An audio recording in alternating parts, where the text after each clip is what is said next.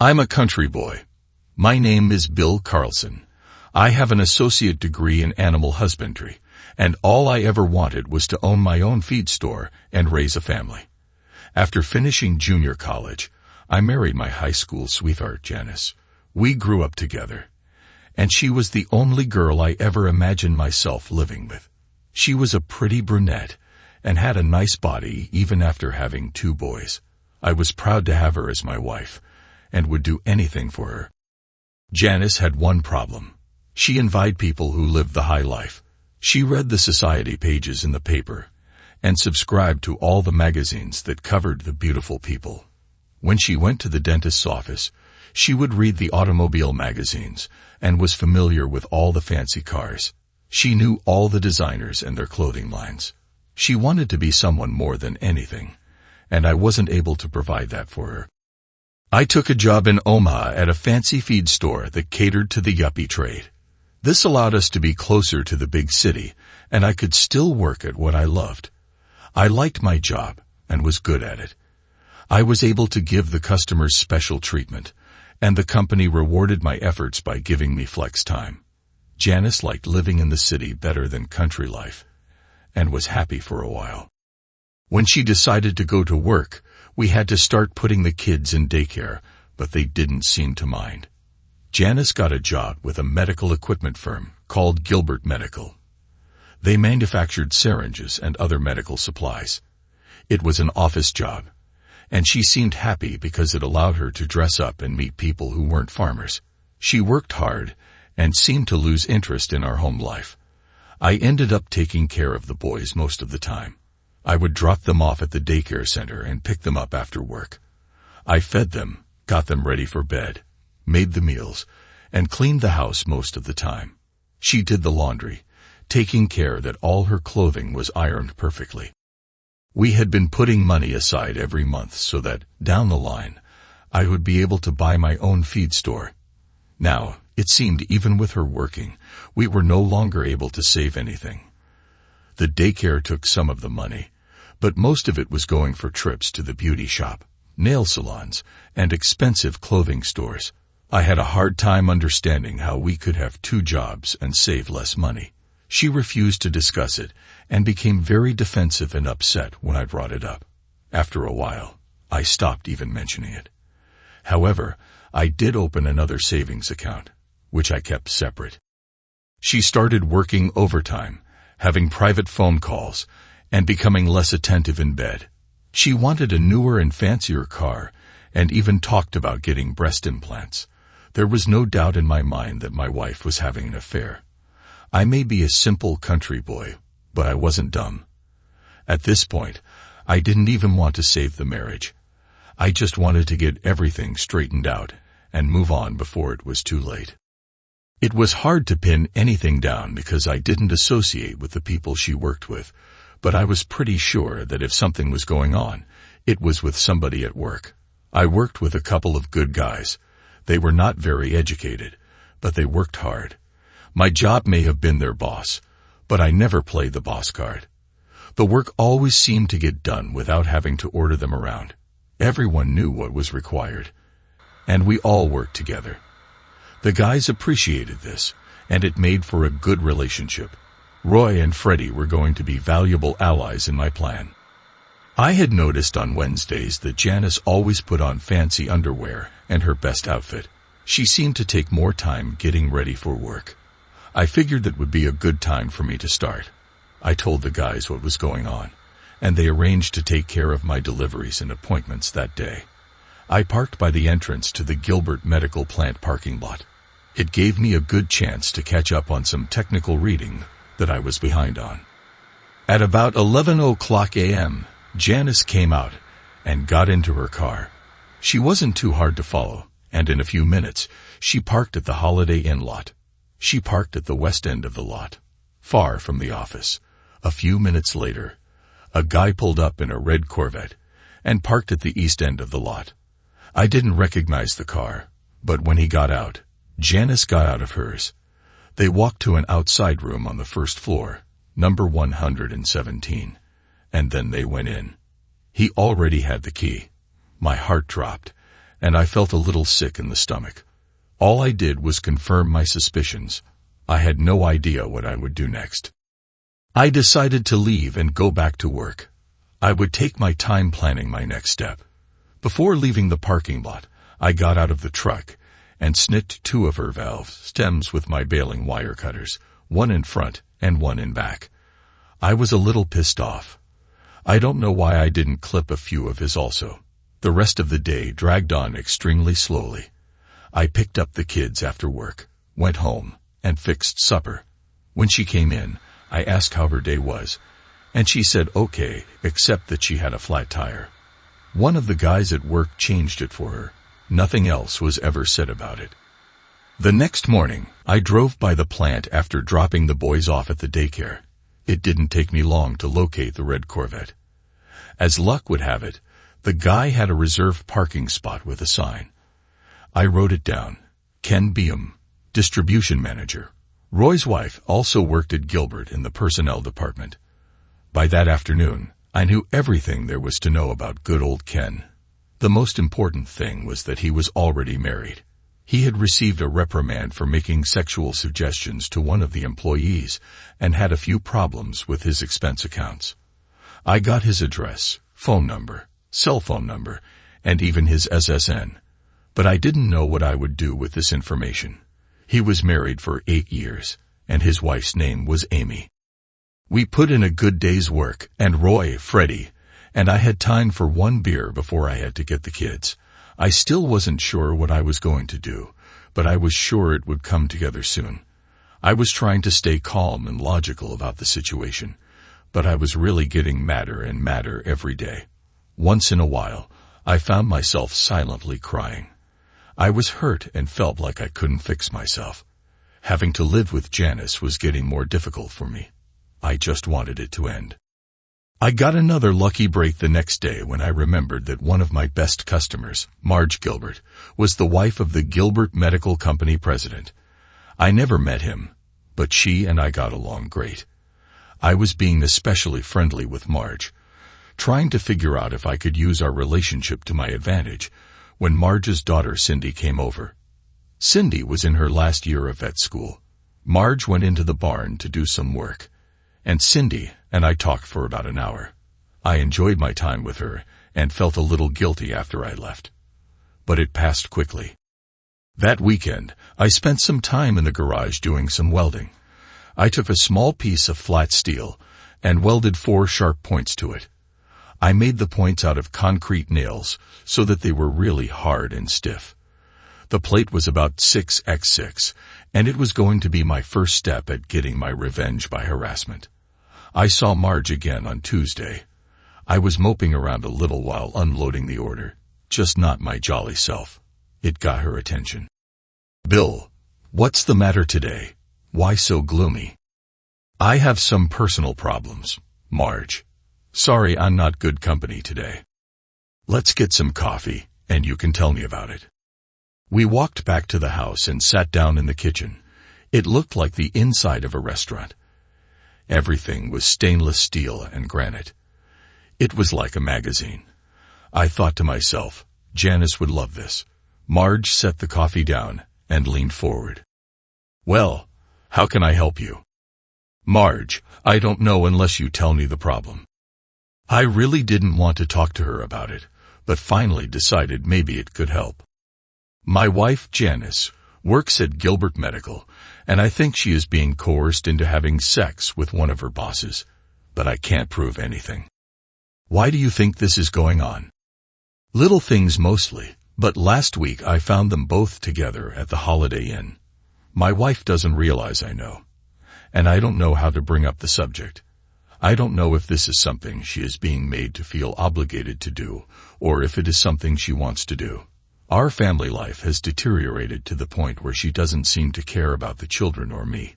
She appears to be keeping it a secret, and that is what really bothers me." "Who's the guy?" "I think his name is Ken Beam. I don't know if Janice works for him, or if they work in different parts of the plant. I never met him. Do you want me to see if I can help?" I paused a little and lowered my head. If you think something could be done quietly, I would be glad to try it, but I don't want to raise a big stink. Okay, let me look into it. I'll see you next Thursday with that delivery of oats. I thanked her, and as I got up to leave, I asked, "Where is Cindy?" "Back at school. She'll be home this weekend. Why don't you bring the boys up so she can meet them?" Wow, this turned out far better than I expected. I am sure Janice will have no problem letting me take the boys on an outing. It might be a good weekend. The next morning, it was pouring rain. Janice dressed carefully for her special day again, and I said nothing while I washed. After dropping the kids off at the daycare center, I stopped by work. The guys were all set up to cover my morning shifts for me. Roy was going to use my truck to make my deliveries and log entries. I would initial all the entries after the times when I got back to work. Freddie brought his cousin's van to work, and I loaded a floor jack in the back of it. We had fastened my steel plate to the lift of the jack. We got all the trucks loaded, and after they took off for their deliveries, I left for the Holiday Inn. Right on time, Janice pulled in and parked in the same spot she did before. Ken was a few moments behind her and also parked in the same spot he did before. After they went into the room, I gave them about 10 minutes to get settled in. I removed the jack from the back of the van in the pouring rain and wheeled it down to Ken's car. I slid the jack under his engine block and jacked it up. It took only a few seconds until I heard the pop sound as the nails punctured the oil pan. I dropped it down and moved to the back of the Corvette. A few seconds later, I heard the same pops go into the fuel tank. Oil and gas were streaming out. I took the jack back to the van. The whole thing took less than a minute. I walked down to Janice's car and cut slices in 2 valve stems again. By then, I was ready to leave. I drove past Ken's car, flicked a lit cigarette out the window, and drove off. In my rearview mirror, I saw the flames shoot up, and a few seconds later, I heard the explosion. As I left the lot, I felt better. Janice came home from work a little late. She didn't eat any supper and went right to bed. I played with the boys a while, gave them a bath, and tucked them in. I slept on the couch that night. Janice stayed in bed the next morning while I got the boys ready for daycare. We ate breakfast and left. She never got up. She never said anything, and I didn't ask. Her car wasn't in the driveway at about 9:00 a.m. After we got all the trucks loaded. I got a visit from Police Lieutenant John Fritz. He was a friendly enough fellow. "Tell me about your work schedule yesterday." "Just normal deliveries, nothing special." "Why?" "Can you account for your time around noon?" I went into the office and got the delivery logs from the previous day. I laid them in front of him. Each stop had the location, item delivered, time unloaded, and my initials. He smiled and snickered a little. "That's a pretty good log. Do you guys do that every day? Would you like to see the logs for the last month?" He shook his head no and smiled again. I didn't know if I should feel good or bad. "Would you like to tell me what this is about?" He seemed to be reluctant to go into details, but finally, he opened up. "There was a car damaged yesterday at the Holiday Inn in East Omaha, and we are trying to find out if anyone knew anything about it." "Why me?" "Well, another car that was near the damaged one had 2 valve stems cut. The car belonged to your wife. We were wondering if it was a coincidence or not. First off, I don't know what my wife's car was doing in the Holiday Inn parking lot. And second, what connection did she have with the damaged car?" The damaged car belonged to an associate that she worked with. Apparently, they had a lunch meeting with some company clients at the hotel, and everything happened while they were at lunch. "Did you talk to the people they had lunch with?" "No, they couldn't remember their names." "Do you want to level with me, or are we going to play games all morning?" He leaned back in his chair and smiled. "Do you know a fellow named Ken Beam?" "Never met the man, and that is the honest truth." "I believe you." He smiled again. "I don't like to get in the middle of domestic disputes and hope I don't have to come see you again. Here is my card. Call me before anything else happens, okay? He shook my hand. Sorry I had to bring this to your attention. If I can do anything to help, let me know, okay? As he walked away, I said, thanks, but you really didn't tell me anything. I put the pieces together. After work, when the kids and I got home, Janice's car was in the driveway. She was dressed casually and had supper ready. She said she didn't feel well and had called in sick. She still didn't say anything about what happened the day before, so I didn't bring it up. She went to bed early, and I took care of the boys again and slept on the couch. She was up and about the next day, getting ready for work when I left with the boys for daycare. After dropping them off, I went by the doctor's office and requested a check for STDs. Work was normal for a Friday. When I got home, Janice was there again. After supper, I told her that I was taking the boys to spend the next day at one of my customers' farms. I asked her if she wanted to come along, knowing full well that she would find a reason to refuse. She said she had some shopping that she wanted to do, and I didn't push it any further. I didn't care if it was shopping or a date. The results were the same. Saturday with Cindy and the boys at the Gilbert's ranch was great. We spent the whole day having fun. Marge made a great lunch for everyone, and I didn't want it to end. Cindy loved the boys, and they seemed to like her a lot also. Mr. Gilbert wasn't there, so I still didn't get to meet him. Marge didn't say anything at all about our previous conversation, and it didn't appear that Cindy was aware of it. I hated to go home, but eventually we had to. Janice didn't ask at all about our day. She just didn't care. The boys tried several times to tell her all the things they got to do, but she tuned them out. Eventually, they quit trying. She did ask why I wasn't sleeping in the bed anymore, and I explained that due to work problems, I was tossing and turning a lot and didn't want to disturb her sleep. That was the last she ever said about it. The next week was totally normal. I noticed on her special day that she didn't make any special preparations, so I assumed the tryst for the day was canceled.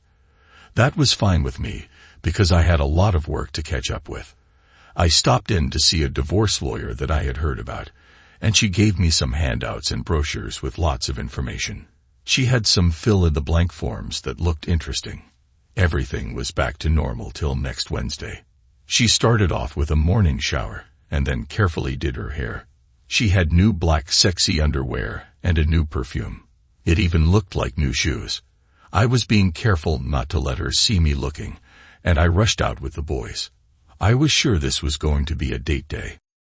After dropping off the boys, I went by the plant and checked his parking spot. A new Porsche Boxster was sitting in his slot. I jotted down the license number and rushed back to work. The guys were as excited as I was about the new development. We rushed all the morning deliveries and fudged the logs again. I am sure John Fritz could see through this room, but we did it anyhow. We had a free and long lunchtime. Roy continued with the deliveries. Freddie stopped by the swimming pool supply store and got 2 big bottles of hydrochloric acid. I went to spend lunch with John Fritz. John gave me a weird look when I walked into his office with pulled pork sandwiches, fries, and a couple of Cokes. I said hi and sat down across from him. He knew something was up and smiled from ear to ear. I said I thought we could have lunch together, and he could bring me up to date on the car damage case. I had to figure out how to keep him busy for about 2 hours. It was going to be a long lunch. While I was trying to be pleasant, Freddie was down at the Holiday Inn parking lot. He found the Boxster and carefully poured acid all over the trunk, fenders, and deck. He slit the convertible top and poured acid all over the leather seats and the floor mats. The dash got a dose of acid also. For good measure, he put a box of mothballs in the gas tank. The naphthalene would do a nasty job on the engine if anyone started it up. The acid that was left was spread across the top of the tires. Before he left, he snipped the valve stems on Janice's car again. It was all over within 15 minutes. The only bad part was that I didn't know how long the 2 of them would be in the room. John and I chatted about frivolous things for the longest time until he finally said, What the hell are you up to? Just wanted to make sure I had a good alibi in case something happened to Ken Beam's car today. What's special about today? The pulled pork sandwich was on special. I took out my cell phone and called the daycare center. Hi Carol, this is Bill Carlson. I'm going to be tied up at work this afternoon and was hoping you could call Janice and ask her to come pick up the boys. Thanks, I really do appreciate it. You can catch her at 874-3211, extension 117. You might have to ask for her by name. Try and call as soon as possible to make sure you catch her, okay? Thanks again. John leaned back in his chair and snickered. Boy, those pork sandwiches tasted good. Everything was silent for a while. And finally, John said, Do you think I should call Mr. Beam and ask how his car is? Why would you want to do that? You wouldn't happen to know where I could reach him, do you? I gave him his cell number and the number of the Holiday Inn room 117. Pick one. John put the phone on speakerphone and called the hotel number. After a few rings, Ken Beam answered, breathing heavily. Hello, who is this?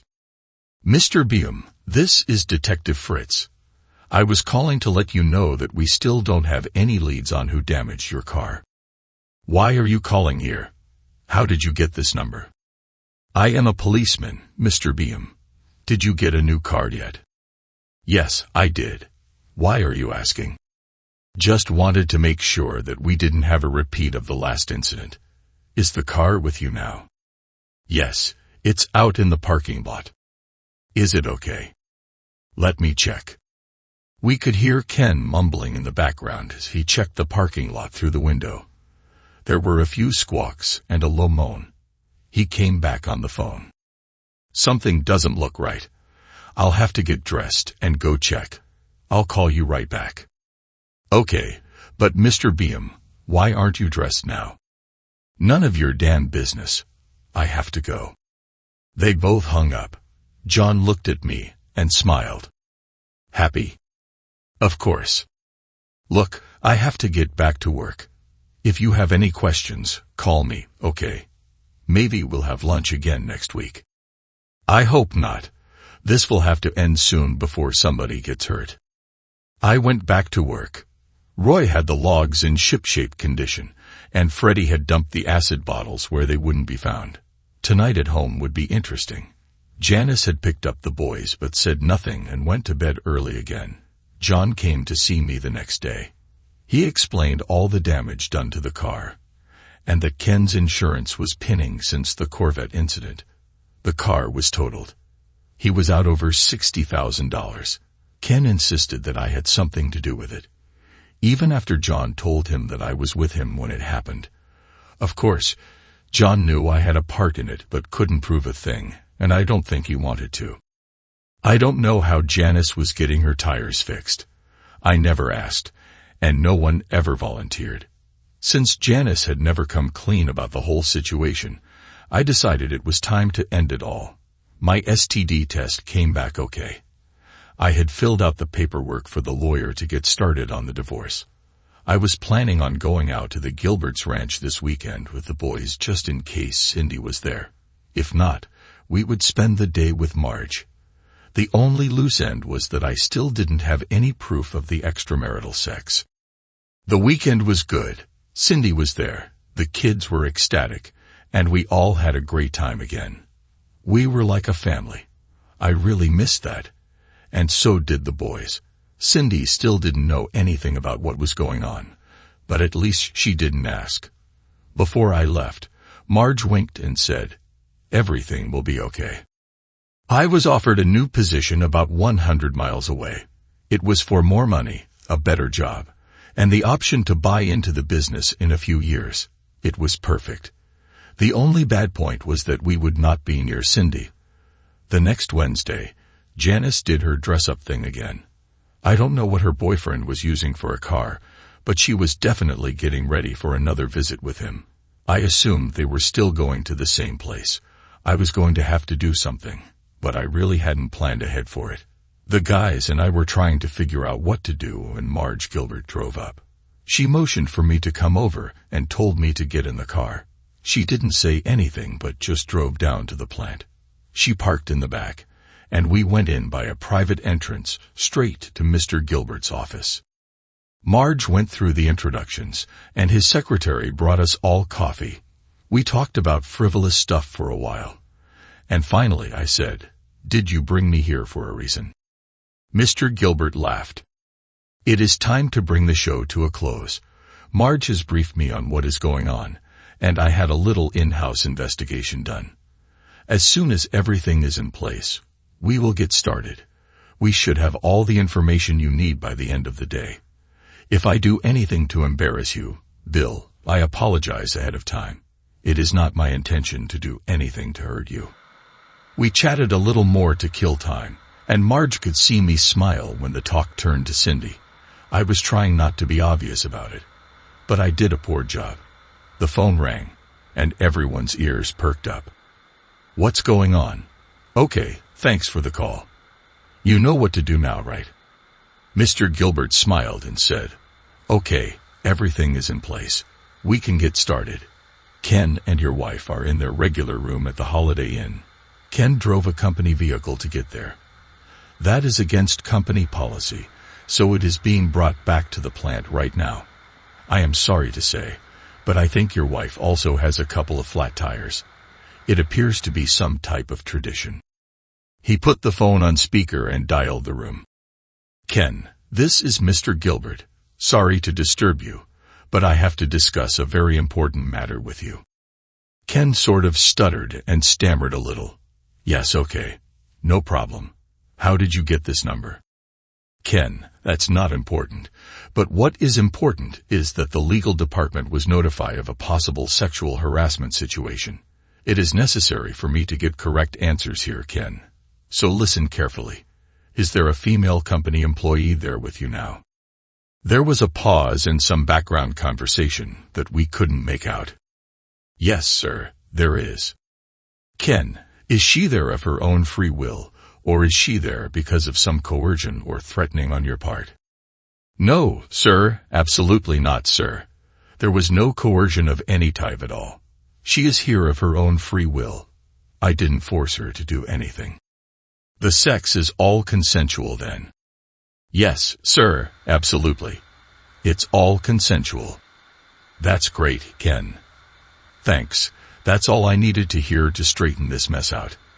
I really appreciate your honesty on this touchy subject. We'll get a statement ready to attest to that, and we'll be all set. Now I need to also verify it with the young lady. Will you put her on, please?" There was a flurry of background noise again that we couldn't make out. Finally, Janice came on the line. "Sir, how can I help you?" "Janice, did Mr. Beam coerce you or threaten you in any way to get you to go there with him?" "No, sir, he didn't threaten me in any way."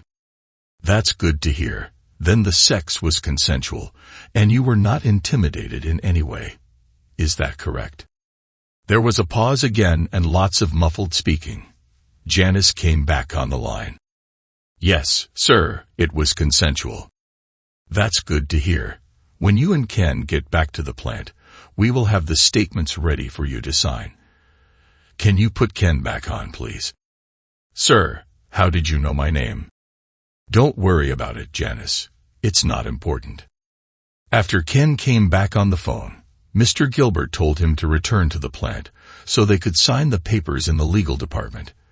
He hung up the phone and smiled. "Marge, why don't you take Bill out for lunch and come back in a couple of hours? The legal people should be done by then, and we can all get our lives back to normal." We had a great lunch. I had a hard time not gushing, but I just couldn't thank her enough. She finally made me agree that we would not talk about the subject or what was done ever again. She also made me promise not to say anything at all to Cindy about it. That was a good sign. I told Marge about my new job offer, and she was glad for the boys and me. After lunch, we returned to the plant, and I picked up notarized copies of Ken and Janice's statements. They both swore that they had consensual sex outside of their marriage. The legal people assured me that that was enough for my lawyer to lock in the divorce. Ken and Janice were both fired. Their personal belongings were packed before they got there, and they were escorted out of the building. Unfortunately, neither one of them had a car.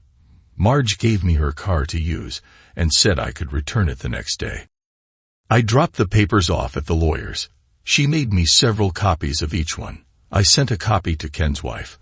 I went to the bank and closed the accounts. I paid off all the credit cards and canceled them. I called the gas, water, electric, and phone companies and arranged to have the utilities turned off on Friday afternoon. I stopped by to see John Fritz and told him I had been a good boy. He laughed. I notified the landlord I would not be staying the next month. I gave notice at work. They were glad for me but unhappy about my leaving. Freddie followed me to the Gilberts' ranch with my truck so I could return Marge's car. It was time to pick up the boys and head home. I dreaded walking through the door. Janice's car wasn't in the driveway. She was sitting on the couch crying when we got in. This was the first time she had shown any emotion at all. 2 file boxes of her personal stuff from work were sitting there. I fed the boys and turned on the TV for them. I stood by her as if to give her an opportunity to speak if she wanted to. You had to do it, didn't you? You just had to screw up everything in my life. Why the hell couldn't you just mind your own business? You had no justification to meddle in mine. I was amazed she still looked at the whole situation as if it all revolved around her. She cared nothing about the children or me. She gave no thought at all to Ken's wife, Amy. Our family, our life, and our plans all meant absolutely nothing to her. Her only concern was what she was doing at the moment. Nothing else mattered. I was relieved that I wasn't going to spend the rest of my life with her. I didn't say a thing. I went up and took a shower. Later, while I was getting the boys ready for bed, she went into the bedroom and closed the door. The next day, I took the boys with me to work. I just made sure that there were no loose ends and that Roy and Freddie were able to keep up with the system I had set up. We went to some stores and collected boxes for the move. I drove by the Holiday Inn, and Janice's car was gone. So I figured she had it repaired by now. Fixing flat tires must have put a big dent in her shopping budget for the last month. Janice wasn't home when we got there. We were only taking clothes and toys. I left everything else there for Janice to get rid of. Of course, she didn't know that by the next day, all the utilities would be turned off. Damn, I was a mean son of a... As we were pulling out of the driveway, Janice was parking. She just stood by her car and watched us drive down the street. I took the boys to Chuck E. Cheese, and we spent the night at a motel. The next morning, I took the boys to daycare. I gave Carol some cookies and party favors and told her it was the boys' last day, and I wanted them to enjoy it with their friends. Before I left, she took me aside. "What was the deal with your wife last week?" I didn't want to ask, but since you were leaving, I am dying to know. She was very upset when I called. She insisted on knowing where I got that number, and when I told her you gave it to me, she started swearing like a sailor. She didn't say anything when she picked them up, but I could tell she was really pissed. "I'm sorry, Carol. I sort of set you up." Janice was having an affair. She was at the Holiday Inn with her boyfriend, and I was hoping if I got you to call and interrupt their party that she would have second thoughts about the whole thing. It didn't work. She just ended up getting mad at both of us. I am serving her with divorce papers this afternoon, and the boys and I are leaving for a new job right after I pick them up. It was a cheap shot on my part, and I apologize for getting you involved. I went to see my divorce lawyer. She had everything ready. I was getting the kids, and Janice would have visitation rights anytime she wanted. That was fine with me because I didn't think she would be interested in them anyhow. Everything else was split 50-50ths, but there wasn't much to speak of. There was no alimony, no child support, and no cash settlements of any type. I left her all the furniture, appliances, and household stuff. I really didn't want them. She kept her car. I didn't want it because it kept getting flat tires. All I had to do was hand the papers to Janice. Unless she contested it, everything would be final in 3 months. A copy of Ken and Janice's notarized statement was attached to the divorce paperwork. A small margin note the lawyer made indicated that the statements would be kept private if all the terms of the divorce were agreed upon. There were no questions. The car was in the driveway, so I was sure she was home. I sat in the driveway for the longest time. I had loved Janice. She was the only girl I was ever close to. I figured our relationship was normal, and had not even given it a thought that I was not providing what she was craving. She never let me know directly, and I was too dense to pick up all the clues. I had failed her in so many ways. What she did was deceitful on her part, but I felt some of it was because of my inattention. I knocked on the door of my own house, and it felt weird. She opened the door for me. She looked tired. She asked if I wanted anything to drink. I handed her the papers. She didn't open them, just looked at them, and back up at me. I looked at her and said, "Why?" I couldn't tell if she was mad or sad. After a few seconds, she finally opened up. "He smelled like aftershave. You smelled like fertilizer. He wore Armani suits while you wore jeans. He ate lobster and steaks while you ate ribs and burgers. He had a London Fog overcoat while you wore a Carhartt. He drove a nice fancy car while you drove a truck. He had manicured nails while yours were always dirty.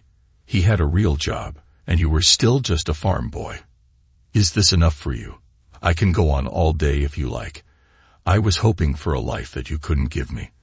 I am sorry that we got married, Bill. I married you for the wrong reasons.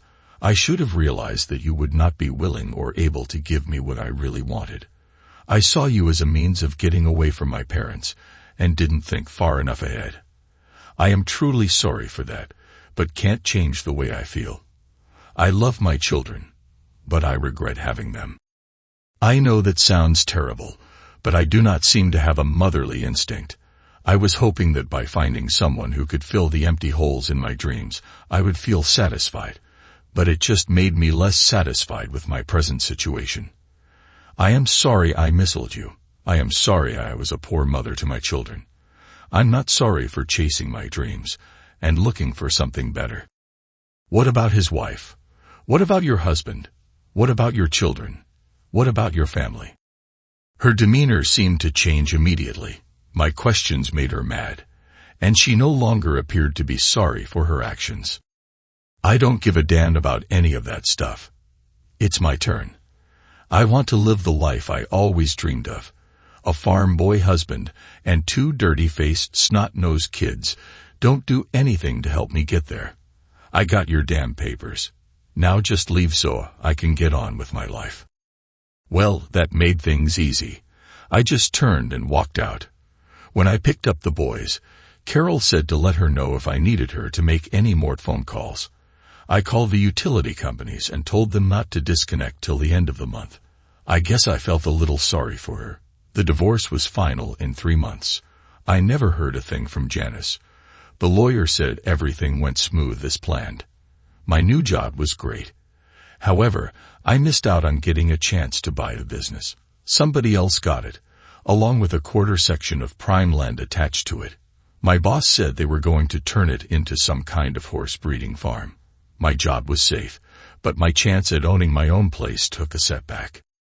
2 weeks later, they started construction next to the feed store.